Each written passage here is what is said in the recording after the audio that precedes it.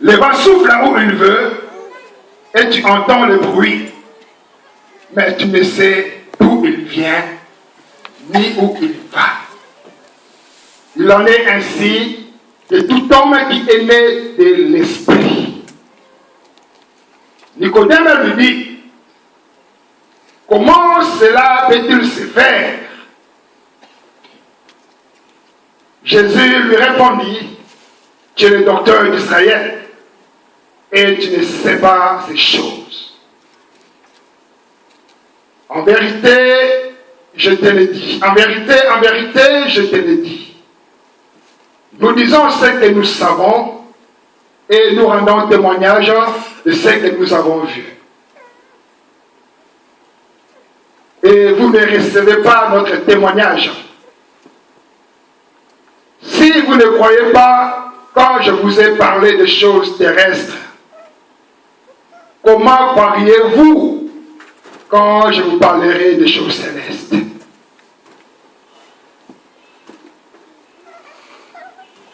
On voit bien, mes frères et sœurs,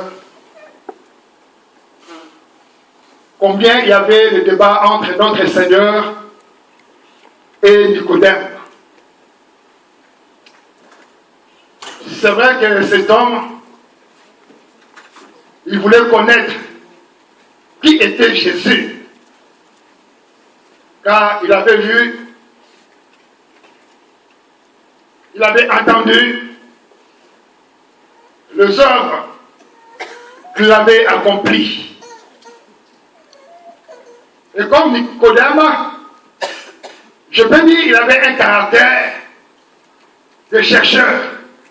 C'est quelqu'un qui voulait vraiment connaître. C'est quelqu'un qui avait un comportement de plusieurs ici. Donc quand Nicodème entendait, quand son cœur l'avait convaincu, il essayait de comprendre. Voilà pourquoi cette nuit-là, il est allé voir le Seigneur.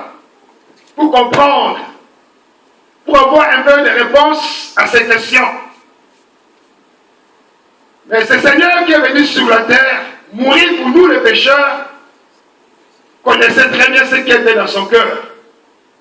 Voilà pourquoi le Seigneur a commencé à lui dire, si un homme est né de nouveau, ne pourra voir le royaume de Dieu. C'était un peu incompréhensible pour notre frère Nicodème. Et le Seigneur ajouta en disant, si un homme est né d'eau et d'esprit. Donc tout cela était flou pour Nicodème. Car le langage du Christ était différent du langage de l'homme naturel. Et le Seigneur ne s'est pas arrêté là. Et il ajoute au verset 8, il parle du vent qui souffle. Là, c'était encore plus fort pour Nicodème. Je disais hier, le corps humain, notre corps, c'est un chantier pour Dieu.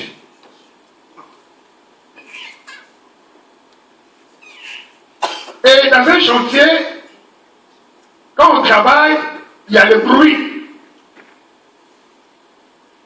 Mais quand nous lisons dans la Bible, dans le livre des rois, on voit combien le roi David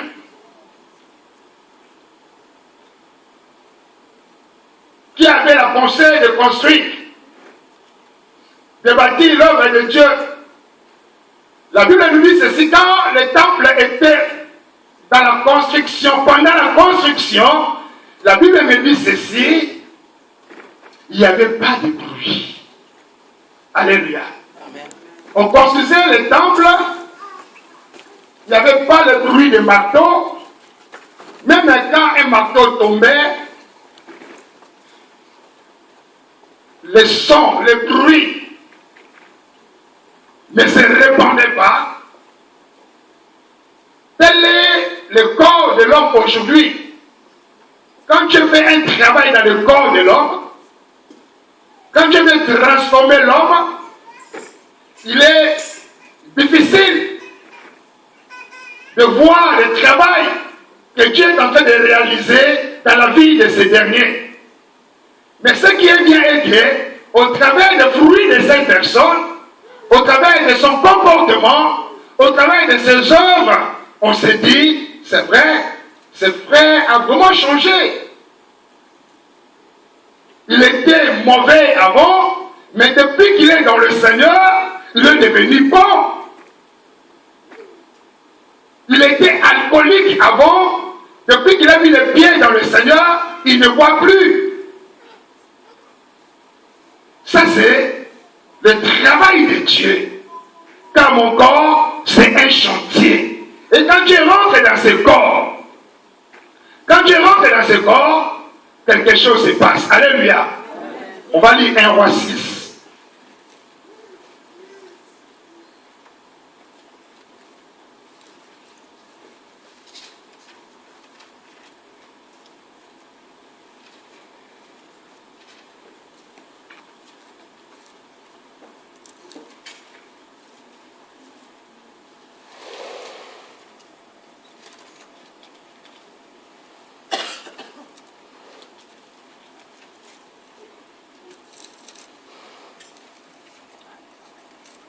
Verset 1, verset 2, la Bible dit ceci. La maison que le roi Salomon bâtit à l'Éternel avait 60 coudées de longueur, 20 de largeur et 30 de hauteur. Le portique devant le temple de la maison avait 20 coudées de largeur, répondant à la largeur de la maison, et 2 coudées de profondeur sur la face de la maison.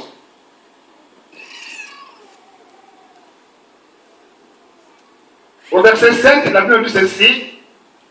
Lorsqu'on bâtit la maison, on se servit de pierres tout détaillées. Et ni marteau, ni hache, ni aucun instrument de fer ne furent entendus pendant la maison, ne furent entendus dans la maison pendant qu'on la construisait. Alléluia. Qui a la version français courant? Ok. Français courant nous dit ceci. Dans 1 Roi, verset 6-2, le temple que Salomon fut construire pour le Seigneur, d'abord mesurait 30 mètres de long, 10 mètres de large et 15 mètres de haut. Au verset 7, pour construire le temple, on utilisa les pierres telles qu'elles provenaient de la carrière. Ainsi, pendant tout le temps de la construction, on n'attendait pas un seul coup de marteau, ni de pic, ni d'aucun autre outil de fer. Alléluia. Donc c'est notre corps de frères et sœurs. On n'entend pas le bruit. Quand je fais le travail, on n'entend pas le bruit. Quand je construis la foi d'un homme, on n'entend pas le bruit. Quand je fais une œuvre dans le corps de l'homme, on n'entend pas le bruit. Mais on voit seulement la fin de l'œuvre. On voit seulement la fin du travail. Là, on comprend que Dieu est passé par là. Donc, quand Dieu rentre dans la vie de l'homme, Dieu ne fait pas de bruit. Dieu ne crie pas. Dieu est silencieux. Il travaille en douceur. Dieu ne se montre pas. Dieu n'est pas orgueilleux. Mais Dieu travaille en silence. Et quand il travaille, on voit les œuvres. Et il dit maintenant à Nicodème, le vent souffle où il veut. Le vent souffle où il veut et tu entends le bruit. Oui, c'est vrai. Quand le vent souffle, on entend le bruit. Et c'est au travers du bruit, on comprend qu'il y a le vent qui souffle. Si le vent ne faisait pas le bruit, on n'allait même pas parler du vent. Mais on parle aujourd'hui du vent parce que le vent fait le bruit. Quand le vent passe, on voit le feuille bouger. Et le Seigneur, dans la nouvelle naissance, il veut souffler. Il veut souffler son vent. Il veut souffler son vent dans la vie de son peuple. Il veut souffler un vent nouveau dans la vie de son peuple. Afin que ce vent, quand il va souffler, il dois, au nom de Jésus, ramasser maintenant tout ce qui est impur. Ramasser tout ce qui est péché. Ramasser tout ce qui est désordre. Ramasser tout ce qui est ivrognerie. Ramasser tout ce qui est cigarette. Ramasser tout ce qui est prostitution. Ramasser tout ce qui est impudicité. Ramasser tout ce qui est vol. Voilà pourquoi il faut que tu te laisses toucher par le vent du Saint-Esprit. Laisse que ce vent te touche. Laisse que le vent du Saint-Esprit te touche, car le Seigneur veut laver ton cœur. Le Seigneur veut laver ta pensée. Le Seigneur veut laver ton esprit. Voilà combien le Seigneur parlait à Nicodème. Voilà combien le Seigneur parlait à cet homme. Mais dans tout cela, Nicodème ne comprenait pas. Car Nicodème, à ce moment-là, il était aveuglé. Il avait les oreilles, mais il n'entendait pas. Il avait la mémoire, mais Nicodème ne comprenait pas. Car pour comprendre le langage du Christ, il faut avoir son esprit. Et celui qui n'a pas l'esprit de Dieu ne comprend pas le langage de Dieu. Alléluia. C'est pour cela que je vais te dire, toi qui vis encore dans les désordres, toi qui es encore lié dans les désordres, toi qui es encore attaché aux choses de ce monde, sache que tu n'as pas encore compris le langage de Dieu. Sache que tu n'as pas encore reçu l'Esprit de Dieu. Car pour comprendre le langage de Dieu, il faut avoir absolument l'Esprit de Dieu. Car on ne comprend pas le langage de Dieu avec l'intelligence humaine. Mais on comprend le langage de Dieu avec l'Esprit de Dieu. Voilà pourquoi la Bible dit ceci: l'Esprit de Dieu convainc à mon esprit que je suis un enfant de Dieu. Il faut que tu te laisses convaincre. Il faut que tu te laisses convaincre par l'Esprit de Dieu. Mais malheureusement, quand le vent du Saint-Esprit souffle, qu'est-ce qui arrive? Il vient croiser devant nous des barrières.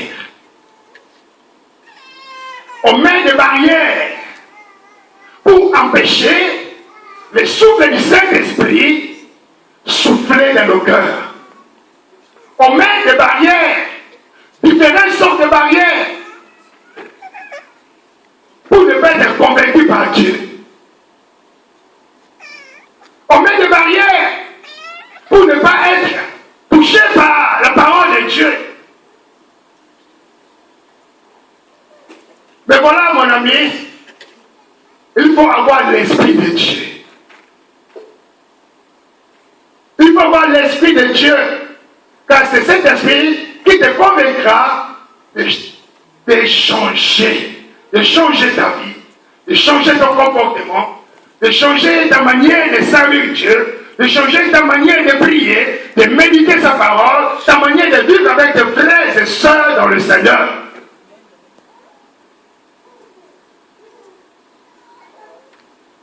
Mais c'est normal que Nicodème, à ce moment, ne comprenne pas le langage du Christ. Car il lui manquait l'essentiel, l'Esprit de Dieu. L'Esprit de Dieu. Et quelque part, il est écrit, le Seigneur nous dit ceci, on l'avait lu dans Ézéchiel 36, Dieu nous dit, il veut répandre de son esprit. Le Seigneur veut répandre de son esprit. Dieu n'a pas choisi une catégorie de personnes pour répandre de son esprit. Mais Dieu, qui est Dieu, son amour pour moi et pour toi est pareil.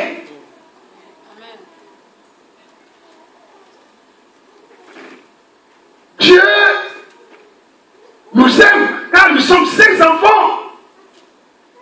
C'est un papa fidèle. Un père fidèle qui partage le même amour pour ses enfants. Mais si Dieu nous aime, si Dieu nous donne cet amour, alors c'est à nous maintenant de laisser notre petit esprit, d'être convaincu par la puissance de l'Esprit de Dieu. Et par là seulement, on verra la gloire et la puissance ainsi que les œuvres de Dieu dans nos vies. Laisse que le vent du Saint-Esprit souffle. Et quand nous regardons mes frères et sœurs, on appelle le vent, mais il y a différentes sortes de vents. Alléluia. Il n'y a pas longtemps, les Américains appelaient un qui s'appelait Katrina, n'est-ce pas? Katrina, non? Ouais. C'est ça? Yes. Il y avait un autre encore comment? Hein? Katrina 1, Katrina 2. Encore? Tsunami. Alléluia. Encore? Mes frères et sœurs, donc, ils donnaient ces vents les noms. Car chaque vent a sa puissance. Alléluia. Chaque vent a sa puissance. Il y a vent et vent. Il y a un vent quand il souffle, on dit, waouh, ça me rafraîchit. Ça me fait du bien. Il y a aussi les vents destructeurs. Comme le tsunami. C'est un vent destructeur. Quand il passe, il détruit. Tu peux bien mettre tes barrières. Tu peux bien protéger ta maison. Tu peux bien protéger tes châssis. Mais quand le tsunami vient, quelle que soit l'épaisseur, le triple vitrail de ton châssis, quand le tsunami vient, qu'est-ce qu'il fait? Il renverse. Il détruit. Mais si le tsunami naturel détruit ainsi des constructions que nous appelons des constructions solides, que sera quand le vent du Saint-Esprit va souffler pour détruire maintenant les âmes rebelles? Alléluia. Amen. Quand ce vent soufflera pour détruire les âmes rebelles, frère, tu n'auras pas d'excuses. Tu n'auras pas de pardon. Quand il y aura le temps, ce temps-là viendra. Quand nous lisons la Bible dans Jean 3 plus bas, on voit les impacts des jugements. Ce temps-là viendra. Mais quand ce temps vient, et que les tsunamis souffrent dans ma vie, qu'est-ce que je vais faire? Qu'est-ce que je vais faire? Rien ne peut protéger ton âme. On n'a pas une autre protection que le sang de Jésus. On n'a pas une autre protection que le Saint-Esprit. Voilà pourquoi, mon ami, laisse que ton esprit soit touché par l'Esprit. Avec un majuscule. L'Esprit de Dieu. Car c'est un esprit extraordinaire. C'est un esprit très puissant. C'est un esprit merveilleux. Et quand nous lisons dans Ézéchiel, on voit le Seigneur parle à son serviteur. Et il dit, c'est son serviteur prophétise sur les ossements desséchés. Les os qui sont secs. Les os qui n'ont pas la vie. Les os où il n'y a pas la chair. Où il n'y a pas le sang. Où il n'y a rien. Mais Dieu dit à son serviteur prophétise. Tu dois parler à ces sons. Car moi, Dieu, j'ai décidé de souffler la vie dans les os.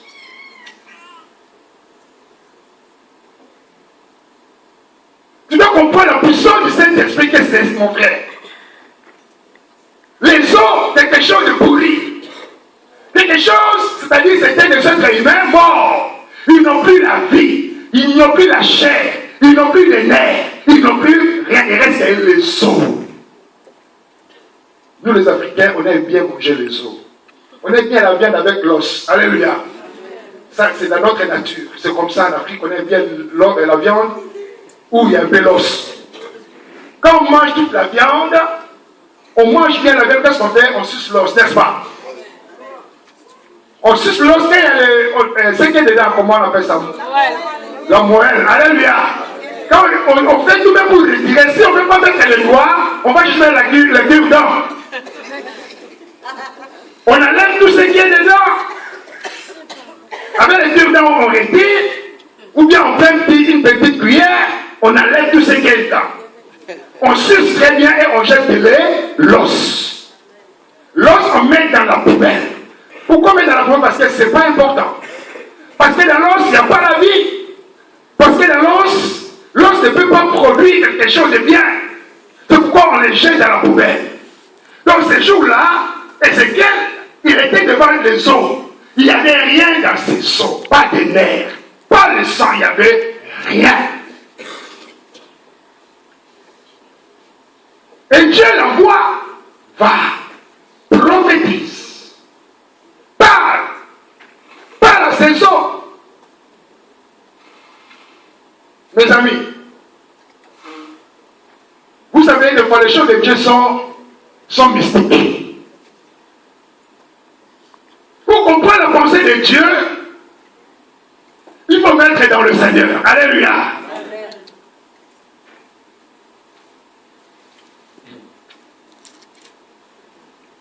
Il y avait un jour,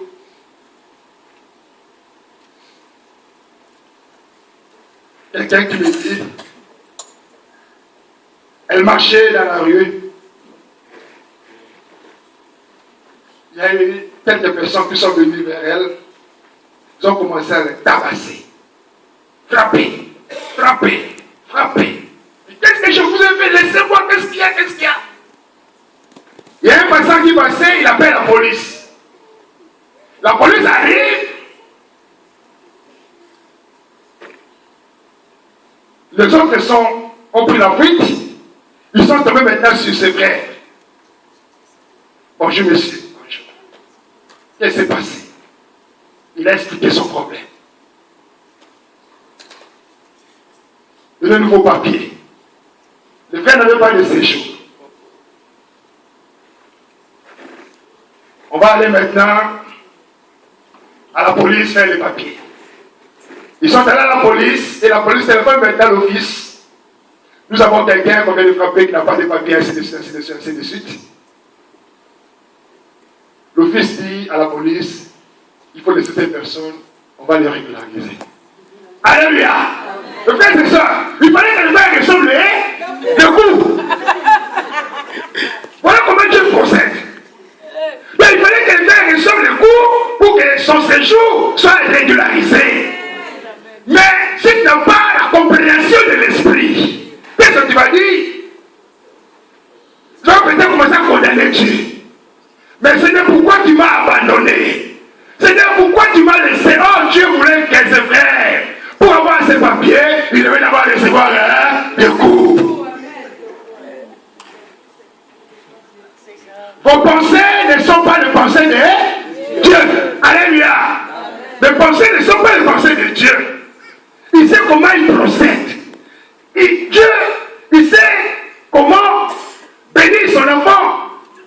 Il peut te mettre que tu touches les caca. Tu peux laver les caca. C'est en lavant les caca là, tu seras maintenant élevé. Mais combien de fois on refuse de faire certains travail, c'est trop sale. C'est pas de mon niveau. C'est pas de ma catégorie. C'est pas de mon diplôme. Frère, l'humilité précède la gloire. Deux fois, il peut essayer de te diminuer. Quel que soit ton diplôme, va faire, tu ne sais pas qu'est-ce que Dieu veut faire pour toi. Peut-être qu'en faisant seulement ce travail, combien de fois mes frères et sœurs, les gens ont fait des sales boulots, mais seulement en produisant les CV, les grands boss regardent les CV, ils regardent la personne, ils regardent son poste de travail, ils disent mais non, c'est pas normal. Tu ne dois pas rester là. Viens dans mon bureau. Et c'est dans le bureau que le chef te dit, est-ce que tu as fait ça? Le chef. Ok, dès maintenant, tu ne seras plus là, tu vas aller là. Il faut comprendre la pensée de Dieu. Donc le Seigneur envoie son serviteur. On va lire Ézéchiel 37.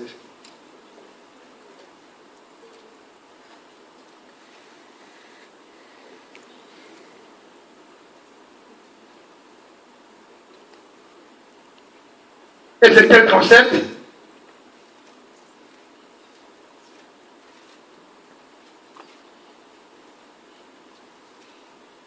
Verset 9. La Bible dit ceci. Il me dit, prophétise parle à l'esprit, prophétise, fils de l'homme, et dit à l'esprit. Ainsi parle le Seigneur l'Éternel. Esprit, viens des quatre vents, souffle sur ce mort et qu'il revive. Alléluia. Amen. L'esprit, si tu n'es pas né d'esprit et de l'eau, et ici on parle de vent, le vent du Saint-Esprit, mes frères et sœurs. Quand le vent de Dieu souffle dans la vie d'un homme, même si tu étais mort, si le vent du Saint-Esprit touche le corps des morts, ce corps ressuscite. Si le vent du Saint-Esprit passe et qu'il touche un corps malade, ce corps retrouve la guérison. Et le vent a soufflé. La puissance du Saint-Esprit a soufflé. Le vent de l'Esprit a soufflé sur les eaux. Et on connaît bien la fin de l'histoire. Le Saint-Esprit a touché. Le Saint-Esprit a touché. Prophétise, fils de l'homme, et dit à l'Esprit. Ainsi parle le Seigneur l'Éternel. Esprit vient des quatre vents. Esprit vient du nord, vient du sud, vient de l'est, vient de l'ouest, et vient souffler. Souffle sur ce mort et qu'il revive. Et c'est ce qui est arrivé.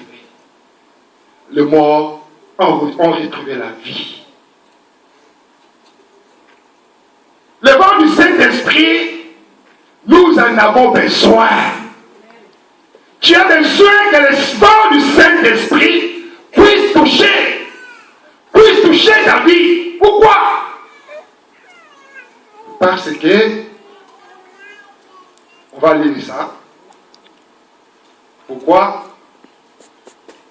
Ésaïe 66, pardon, verset 1.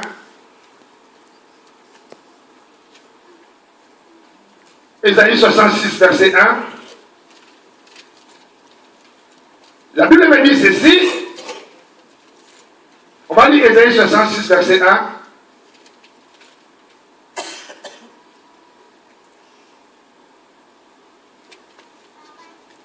Chez vous, vous pouvez lire 1 Roi, verset 8.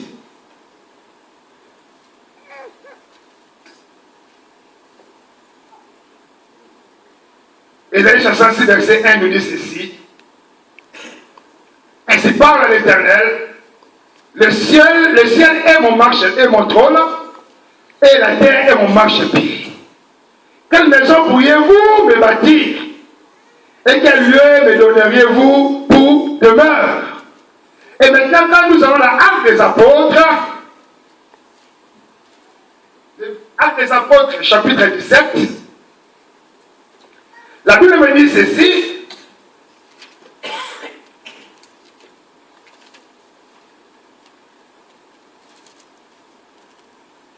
Verset 24. Le Dieu qui a fait le monde et tout ce qui s'y trouve, étant le Seigneur du ciel et de la terre, n'habite point dans des temples faits des mains d'hommes. Il ne point servi par des mains humaines, comme s'il avait besoin de quoi que ce soit, lui qui donne à toute la vie la respiration et toutes les choses. Il a fait que tous les hommes sortis d'un seul sang habitent sur toute la surface de la terre, ayant déterminé la durée du temps et le bornes de leur demeure. Alléluia. Verset 7. Il a voulu qu'il cherche le Seigneur. Il a voulu qu'il cherche le Seigneur et qu'il s'efforce de le trouver en tâtonnant, et qu'il ne soit pas loin de chacun de nous. Car en lui nous avons la vie, le mouvement et l'être. C'est ça qu'on dit aussi quelques-uns de vos poètes. De lui nous sommes la race. Mes frères et sœurs, quand nous lisons ces textes, on peut comprendre que si le ciel les cieux et les cieux des cieux ne peuvent contenir la grandeur de Dieu. Si on comprend que la terre est le marchepied de Dieu, Dieu cherche seulement à habiter dans cette maison que lui-même est maçon. Dieu ne veut pas habiter dans la maison faite par la main des hommes, mais Dieu veut habiter dans la maison que lui-même a construite. Et cette maison, c'est mon cœur. Je vais habiter dans mon cœur. Je vais rester dans mon cœur. Je vais demeurer dans mon cœur. Voilà pourquoi Dieu veut avoir la possession complète de mon cœur. La possession complète. Je vais avoir la totalité. La totalité de ton cœur. Tu ne peux pas partager un peu ton cœur avec quelqu'un d'autre. Donc il y a toi, il y a Dieu, il y a quelqu'un d'autre. Donc partager ton cœur en trois parts. Tu ne peux pas partager ton cœur en deux parts. Mais tu veux posséder. Alléluia. Posséder. Vous savez, quand quelqu'un est possédé, c'est-à-dire que quelqu'un est fou. Alléluia. Donc Dieu veut avoir à 100% ton cœur. Car le cœur que nous avons n'ont pas été faits par quelqu'un d'autre. Mais c'est pas lui. Et il dit de nos cœurs que ces cœurs sont, nos cœurs sont l'habitation. Donc Dieu habite dans nos cœurs. Voilà pourquoi il est important pour nous de laisser que l'Esprit de Dieu puisse convaincre notre esprit que nous sommes ses enfants. Quand on va arriver seulement à comprendre que nous sommes les enfants de Dieu, on pourra lui donner maintenant le cœur à 100%, comme Ephraïm donne son cœur à 100% à son père. Mes amis, vous devez savoir une chose. Cet enfant-là, à nous tous, toute l'église ici, il nous donne la confiance à 9%. Alléluia. Mais quand il voit son père, la confiance est à 100%. Quand tu peux donner peut-être le pain, il va refuser. Ah, je ne mange pas. Mais si son père prend le même pain et qu'il lui présente, qu'est-ce qu'il va faire? Tout de suite. Pourquoi? Parce qu'il s'inquiète de papa, c'est mon père. Je lui fais confiance. Mon père ne peut pas me donner quelque chose de pourri. Il peut me donner quelque chose de mauvais. Mais mon père ne peut que me donner quelque chose de bon et de bien. Voilà pourquoi cet enfant a confiance à son père. Comme les enfants, faisons confiance en Dieu. Comme les enfants, donnons nos cœurs à Dieu.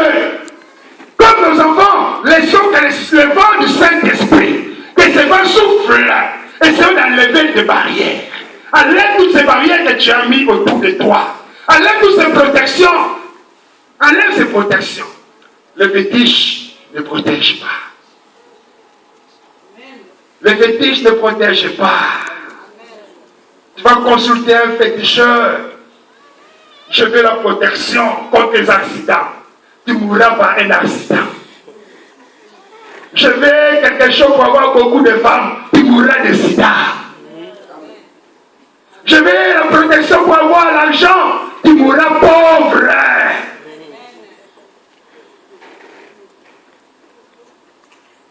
La meilleure protection vient de Dieu. Amen. Voilà pourquoi il est important pour nous, mes frères et sœurs, de retirer toutes ces barrières. La barrière de l'argent. L'argent, j'ai beaucoup d'argent, tout le pouvoir m'appartient. J'ai beaucoup d'argent, je peux tout faire. J'ai beaucoup d'argent, je peux voyager où je veux. C'est bien.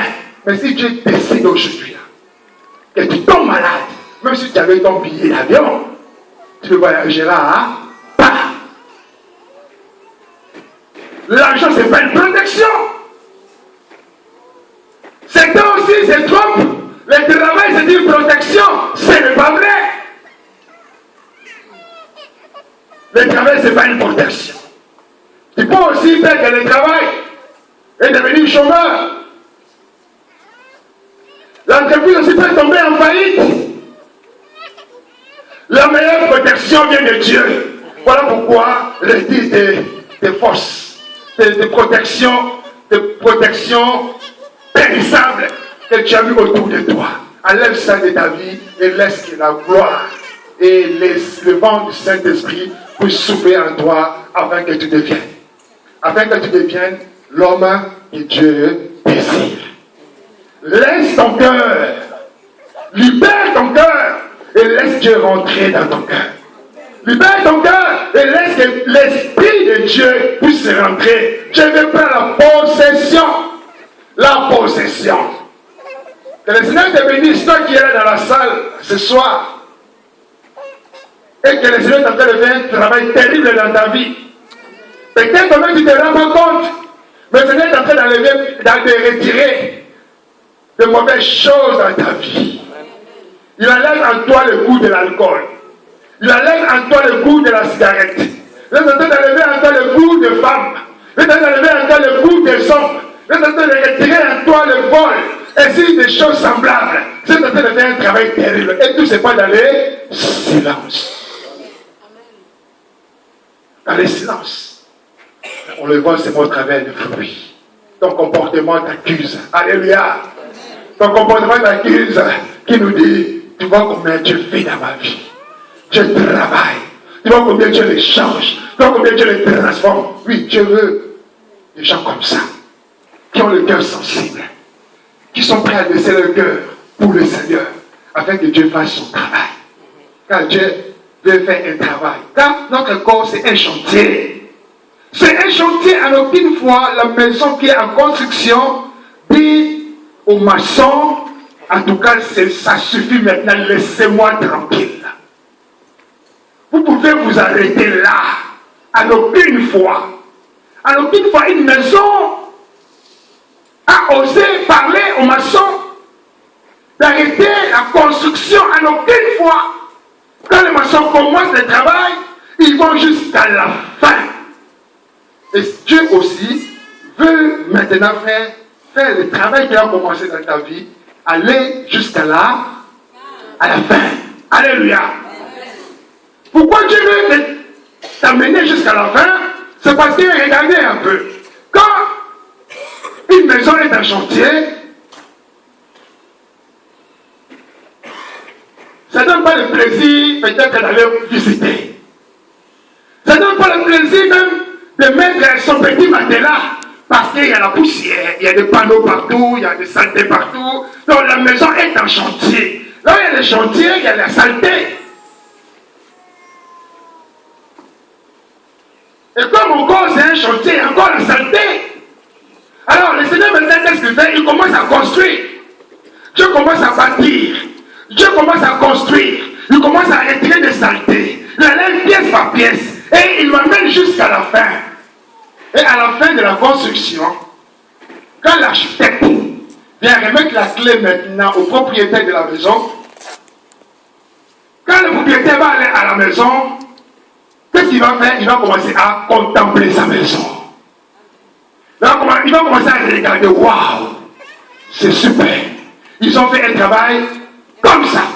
Et il doit savoir, dans cette maison-là, elle deviendra le lieu de repos pour son propriétaire. Elle deviendra un lieu de joie pour son propriétaire. Elle deviendra un lieu de fierté pour son propriétaire. Voilà pourquoi laisse que ton cœur soit touché par le Seigneur afin que ton cœur devienne un cœur de joie pour Dieu. Afin que ton cœur devienne un cœur de fierté pour Dieu. Regarde si Dieu prend sa poitrine pour toi. Ça c'est mon enfant. Ça c'est mon serviteur. Ça c'est ma fille. Ça c'est mon fils. Si Dieu frappe sa poitrine pour toi, frère, quelle fierté.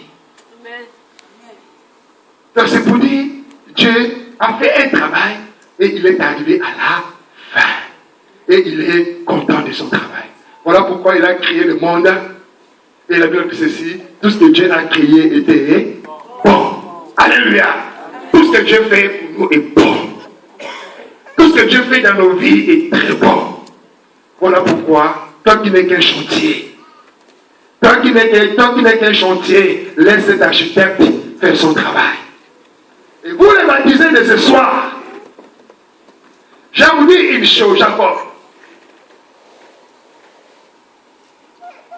Je vais te dire aussi une chose.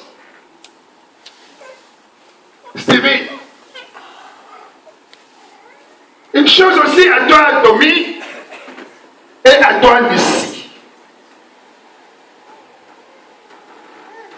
D'habitude, vous restez derrière. Aujourd'hui, vous êtes là devant. Et je peux appeler la place d'honneur. Le Seigneur veut vous honorer. Et honorer cet engagement. Honorer cet engagement. La route est encore longue si le Seigneur le permet. Il y aura des tentations. Il y aura des épreuves.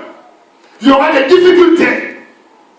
Mais votre recours, votre protection, c'est le Seigneur. Amen. Ne comptez pas sur votre force. Ne comptez pas sur vos capacités. Mais laissez-vous conduire et transformer par le Seigneur. Laissez-vous transformer par le Seigneur. Hier, vous avez eu une autre vie. Dès ce soir, vous allez commencer une nouvelle vie avec le Seigneur. Dès ce soir, vous allez commencer cette nouvelle vie. Alors, prenez courage et prenez soin de cette vie. Prenez soin de cette vie. Il n'y a pas une recette miracle pour prendre soin de cette vie. La recette miracle, c'est Dieu. C'est compter sur le Seigneur. Mettre votre confiance en lui. Espérer en lui et le servir. De tout votre cœur, de toute votre force et de tout votre esprit. Servez le Seigneur. Accrochez-vous au Seigneur. Mon cœur est dans la joie parce que vous êtes des jeunes. Ce sont des jeunes qui ont pris l'engagement de se faire baptiser. Quelle joie! Amen. Le Seigneur a besoin de la jeunesse. Yes. Le Seigneur a besoin de vous pour son église. Amen. Le Seigneur a besoin de vous pour son travail. Le Seigneur a besoin de vous pour la jeunesse de ce monde. Il a besoin de vous. Voilà pourquoi mon cœur est dans la joie. Parce que vous avez eu le désir de passer dans les eaux du baptême. Je répète encore, il y aura des épreuves.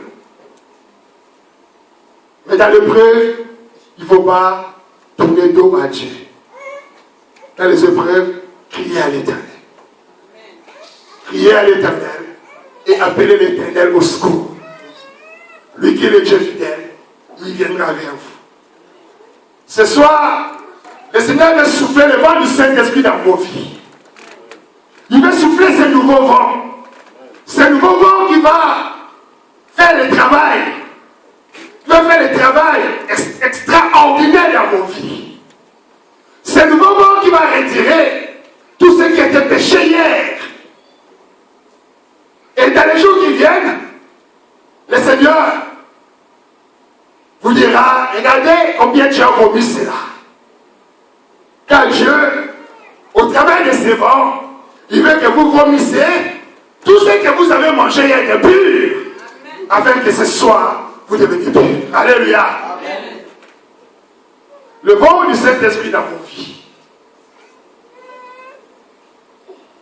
Et je vais dire à l'église de Dieu, il faut soutenir ces jeunes gens.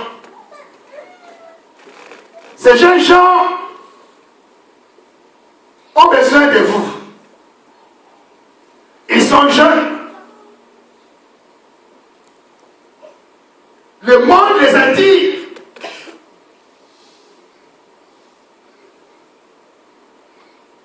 Voilà pourquoi ils ont besoin de vos prières. Priez pour eux. Priez pour cette jeunesse. Afin qu'elle se développe de mieux en mieux. Et qu'elle puisse aussi acquérir de la maturité. Alléluia. Amen. Voilà pourquoi je vais inviter cette jeunesse de se mettre debout.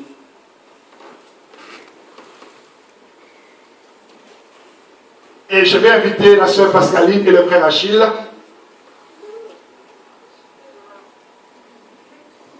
qui vont les conduire, vont aller s'échanger nous, on va rester ici pour louer le Seigneur.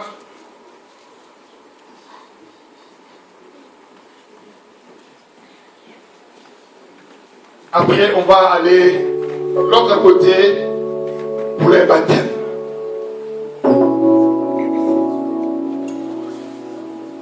Allez prendre vos affaires.